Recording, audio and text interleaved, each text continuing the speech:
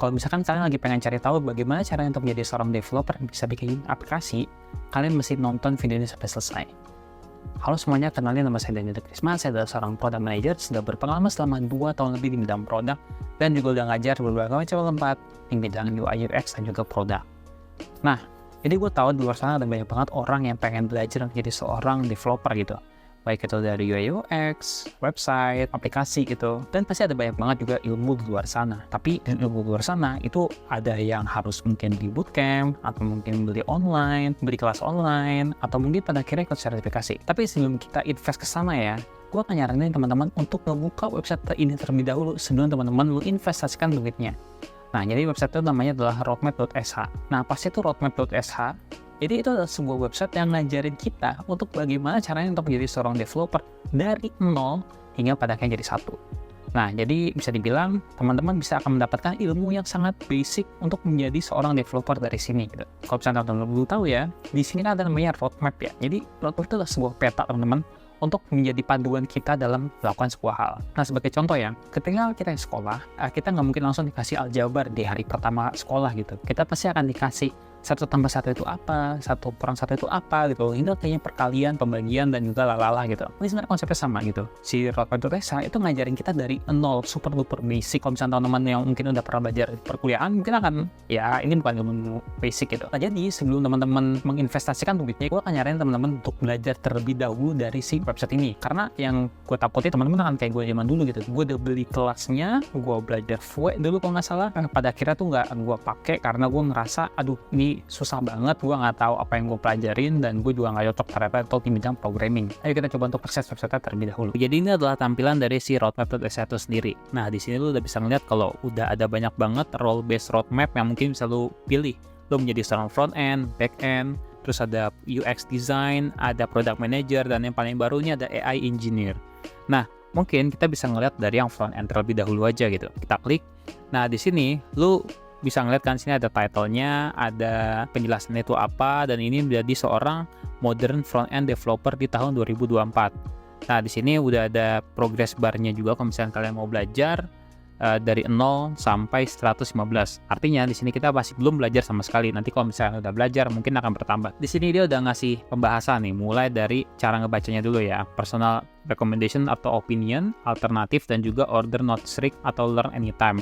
Nah, jadi kalau misalkan lo udah ngeliat kayak gini, yang penting itu adalah untuk bahas yang warna ungu dulu. Jadi kalau misalkan lo pertama kali masuk ke bagian front end, kita akan belajar yang namanya internet. Nah, di sini kita mungkin akan memahami dulu apa itu definisi dari internet, bagaimana itu internet bekerja. Kalau misalnya kita klik how does the internet work, akan ada pembahasan di sini dan akan ngejelasin ini bagaimana caranya internet itu bekerja. Nah, nanti kita juga akan ada tempat namanya resource itu sendiri gitu loh. Dan juga ada sih beberapa resource yang premium, tapi gue ngerasa nggak perlu untuk bayar yang premium juga, karena untuk yang di sini itu udah lebih dari cukup sebenarnya. Nah, nanti kita bisa baca sampai bawah. Nih kalau misalkan abu-abu tadi ini kan ini order not strict ya, atau mungkin bisa belajar kapan aja, berarti bukan rekomendasi utama. Nah, kayak di sini nih, kita udah belajar HTML, udah disuruh belajar CSS juga, terus belajar JavaScript juga. Nah, pas masuk ke hosting, ini ada GitHub, GitLab, sama Bitbucket. Nah, di sini GitHub yang paling utama karena bisa dibilang GitHub memang yang paling penting lah buat repository ya. Nanti ada alternatif lainnya seperti GitLab dan juga Bitbucket. Nah, setelah itu misalnya ada banyak banget sih, ada package manager, pick a framework, dan hingga pada akhirnya di sini kita diarahin untuk yang terakhir banget, diajarin untuk buat pakai Flutter, Tauri, dan juga Electron. Nah, nanti kalau misalnya udah ngerasa dianggap sebagai orang yang cukup paham lah sama materi front end, kita akan diarahin lagi untuk tuh jenis apa lagi, TypeScript, Node.js, atau full stack seperti itu. Jadi ini ngebantu banget buat kamu yang pengen belajar jadi seorang front end developer. Di sini juga ada tes quiznya. Kalau misalnya kita back ya, selain role based roadmap itu juga ada yang lain. Nah, ini juga ada yang namanya skill based roadmap. Nah, yaitu adalah berdasarkan skill-skill yang mau ingin kita capai. Misalkan di sini kita mau belajar JavaScript, ini ada. Kita mau belajar Vue, di sini ada. Kalau misalkan mau belajar 3D pakai Python, di sini juga ada. Tergantung kita mau ngambil yang mana. Misalkan kita mau belajar UI UX itu ya, yang itu yang penting adalah desain sistem. Nah, kita bisa klik di sini. Nanti kita akan belajar caranya untuk membuat sebuah desain sistem. Nah, kita perlu belajar yang namanya basicnya dulu. Apa sih itu desain sistem? Apa itu atomic design? Bagaimana caranya untuk mengajak stakeholder untuk bergabung, Terus kita akan membuat desain sistem itu seperti apa dari scratch sama desain sistem yang udah ada. Dan hingga pada akhirnya kita bisa mulai untuk bikin project manajemennya sendiri, mulai dari untuk analytics itu. Nanti kita juga bisa ngelihat seperti apa caranya untuk melakukan analytics dari komponen yang udah ada, terus bisa melihat, terus juga bisa melakukan error logging. Jadi ini cukup ngebantu banget kalau misalnya teman-teman yang lagi pengen belajar yang namanya bikin desain sistem. Nah, jadi seberapa ngebantu sih si website ini? Nah, karena bisa dibilang ya, website itu nggak bisa ngebantu kita untuk dari seorang newbie menjadi master gitu. Itu nggak akan bisa. Karena pada dasarnya apa yang disampaikan di sini itu adalah ilmu yang sangat super duper basic gitu. Saya lagi ya, super duper basic gitu. Jadi kalau misalkan lu udah pernah kuliah di bidang IT, lu mungkin akan ngelihat kayak ini mah ilmu basic yang gue pelajarin di semester 1. Ya emang iya gitu tujuannya. Karena ini benar-benar ngajarin lu dari nol gitu. Jadi misalkan kalau lu adalah seorang yang nggak kuliah di IT itu, atau mungkin lu pengen pindah jurusan gitu ya, lu cocok banget buat baca ini dari nol gitu. Karena ilmu-ilmunya ilmu yang dasar banget, kayak tadi tuh ada HTML, itu kan dasar banget ya, ada CSS, itu sangat dasar banget.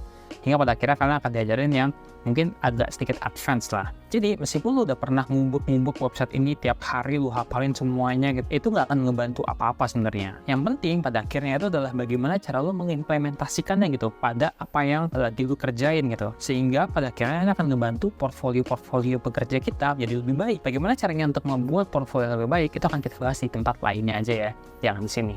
Panjang banget soalnya itu. Sebelumnya sih, si developer roadmap itu belum ada secara publik kayak gini gitu. Dulu kita bisa ngedapetin ini dengan cara ngebuka-buka GitHub orang lain. Dan ini konsepnya kayak ya kita nemu hidden gem lah di internet gitu ya. Nah makanya akan bisa sulit banget untuk nemuin standar seperti apa sih untuk menjadi seorang developer gitu pada zaman dahulu. Dan di website ini lu udah dikasih tahu bahwa ini adalah roadmap dasar yang udah diakui sama berbagai macam master yang ada di luar sana gitu. Ya jangan kayak gue dulu ya, keluarin duit, beli kelas ini itu, pada akhirnya ilmunya nggak kepake gitu, sayang lah. Jadi gunakan uangnya dengan lebih bijak, belajar dengan lebih efektif, itu akan membantu skill lo untuk lebih baik lagi, seperti itu. Nah jadi kira-kira setelah lu ngeliat video ini, kira-kira lu pengen belajar apa sih? Mungkin gue bisa bantu. Coba share di kolom komentar. Oh ya, kalau misalnya teman-teman mau nonton video lainnya di bidang produk, lu bisa nonton di sini. Dan sampai jumpa di video lainnya ya. Bye-bye.